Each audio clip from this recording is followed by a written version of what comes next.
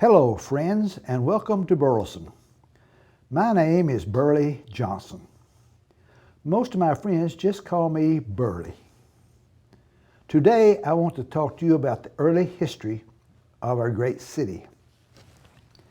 Burleson was established in 1881 when GM Dodge built a train depot and established a community at Village Creek. The creek was between Fort Worth and Alvarado. The train's steam engines needed and used lots of clean water. Village Creek served this purpose. The Missouri, Katy, and Texas Railroad, which was called the Katy, contracted with a company owned by GM Dodge and his partner. The company was hired to construct the Katy Railroad from Fort Worth, Texas to Mexico City. Dodge was an experienced railroad builder. Dodge purchased ranch land containing Village Creek from Henry Renfro so he could build the train depot and community. Renfro was a local rancher, farmer, and Baptist preacher. When Renfro sold the land to Dodge, Renfro reserved the right to name the new town after his good friend Rufus Burleson, who was then the president of Baylor University. GM Dodge owned the entire community. The new community was named for Rufus Burleson. One of its main streets was named for Henry Renfro. Dodge City, Kansas was named in honor of GM Dodge, Civil War general, community developer, and railroad builder.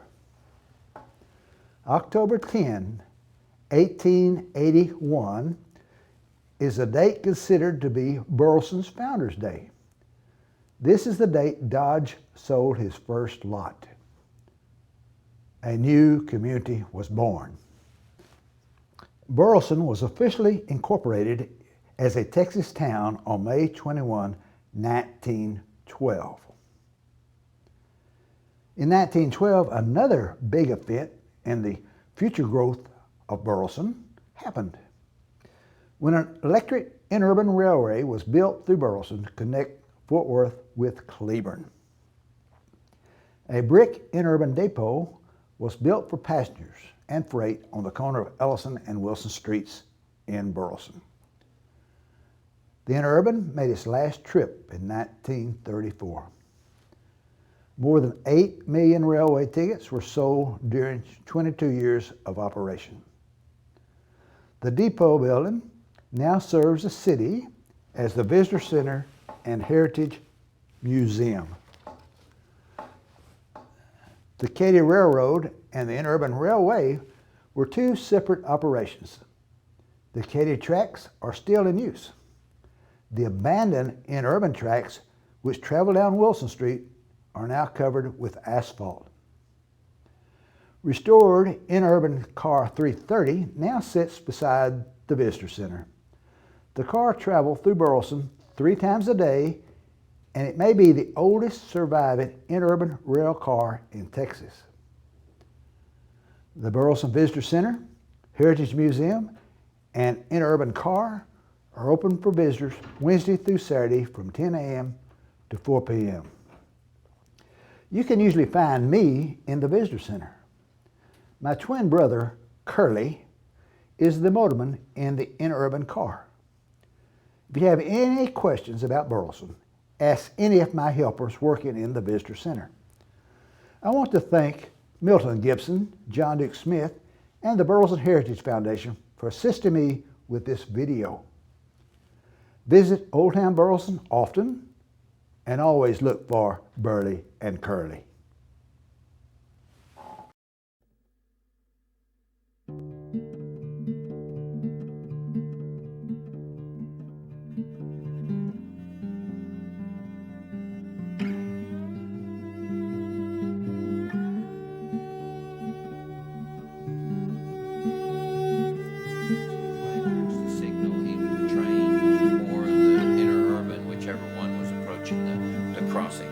Tracks went this way and the interurban These metal parts that are in the center here are original, and then we've got some tokens and some tickets and things like that.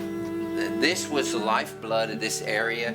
The car has been modified. When you see some of the pictures of the car, it had a roof with some windows in it, and all of the things on the loading doors here are original to the car. And this car ran from 1912 on. It ran its entire life on this between Cleburne and Burleson here. So it's back home. When you look at the car, you think about the time period when the inner urban ran. When you think about, if you look at some of these, if you look at this picture right here, Cameron, everyone has a cap. The boys have knickers. They're all with ties. When you went anywhere in those days, you dressed up. You know, now, hey, we all hop in a car and we got on a tank top and a pair of shorts and a pair of flip-flops. Those people got dressed up. It was a big deal to go to Fort Worth. Just things have changed so much. So that's, I guess, that's one of the things that I see, just the change in the times in a relatively short period of time. You know, we're talking 100 years, a little less than 100 years.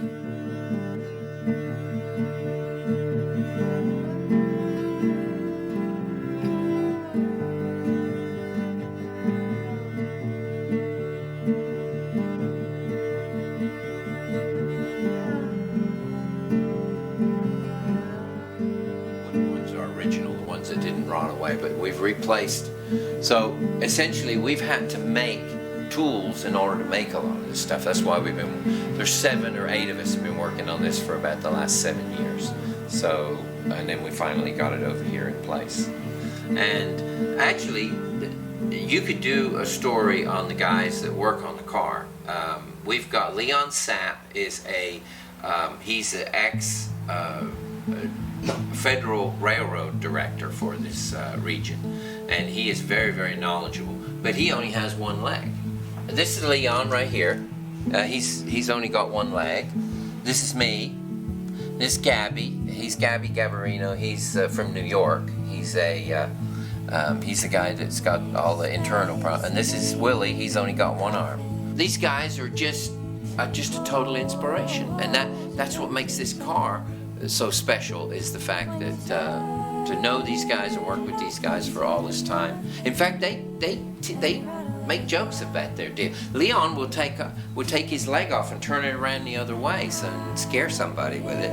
Well, Leon is sitting on his backside here, and because his leg's getting in the way, so he unhooks his leg and leans it up against the side of the car.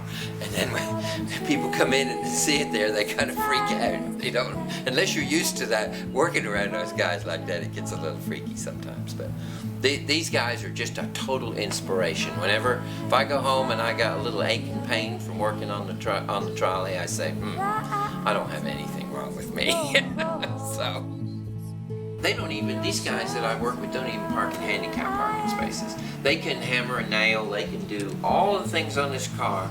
Now, I get to do more work because I've got all my pieces, but they are an inspiration to me every Monday when I go with them, because there's a lot of people in lesser situations than them that would say, well, no, I can't do that because I got a handicap of some kind. But these guys are very inspirational, and this car has meant a lot to them because it's been a project where we've all come together, and it's proved to them as well as the rest of the world that they may have something going on, but they are not handicapped, I'm sure.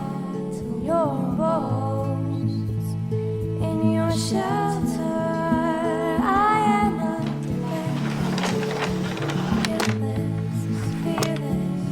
That's about it. I can't think of anything else to tell you about. Okay, I'll be there in a minute. Bye, Neil. And that kind of gives you a little bit of the insight as to how important this being able to do things for older people and giving them something important to get involved with. Because I don't ever intend to retire. I'm just going to go on to another adventure. So.